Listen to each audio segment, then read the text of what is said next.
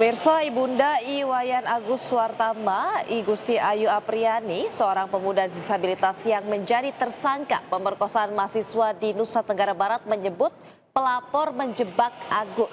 Dan Ibunda Agus pun juga menyebut pemirsa tidak percaya Agus melakukan tindakan tersebut karena keterbatasan fisiknya.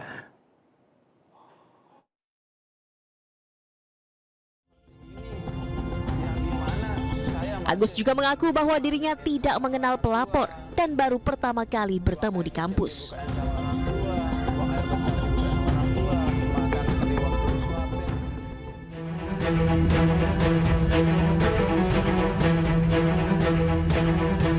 Agus mengaku hidupnya tidak sempurna. Untuk beraktivitas sehari-hari saja ia kesulitan dan harus meminta bantuan keluarga.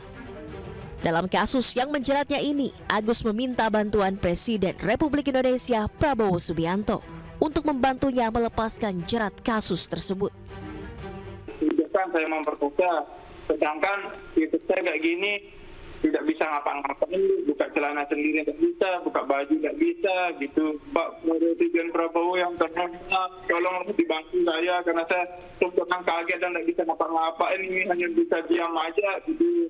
Mohon bagi yang bisa bela Tiang, tolong dibela, gitu. Karena Tiang sangat kaget, Bu, benar sangat hancur, Bu, makanya Tiang sangat tidak bisa kerja, tidak bisa kuliah, tidak bisa kemana-mana, Bu. Sebelumnya Iwayan Agus Suwartama, seorang penyandang disabilitas, ditetapkan sebagai tersangka pemerkosaan terhadap 2 wanita. Menurut polisi, peristiwa terjadi di sebuah homestay di wilayah Mataram. Agus yang bertemu korban di teras Udayana mengajak korban ke lokasi kejadian, hingga akhirnya korban diperkosa. Status yang bersangkutan dari saksi menjadi tersangka. Modusnya apa, Bu? Tadi saya sampaikan sebagaimana unsur pasalnya bahwa dia menggerakkan seseorang untuk mau melakukan suatu tindakan yang dia kendaki, sehingga orang kemudian tergerak. Karena kemudian ada unsur menekan suatu kondisi yang kemudian merasa takut, sehingga tidak bisa kuasa untuk menolak keinginannya.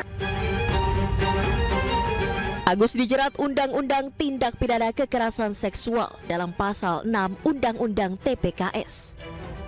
Polisi menegaskan penetapan Agus sebagai tersangka sudah sesuai prosedur. Dari Mataram, Nusa Tenggara Barat, Harika Sidi, iNews melaporkan. Ya, pemirsa, kasus Iwayan Agus Suwartama, pemuda penyandang disabilitas yang jadi tersangka pemerkosaan terhadap 2 wanita oleh Polda NTB ini viral di media sosial.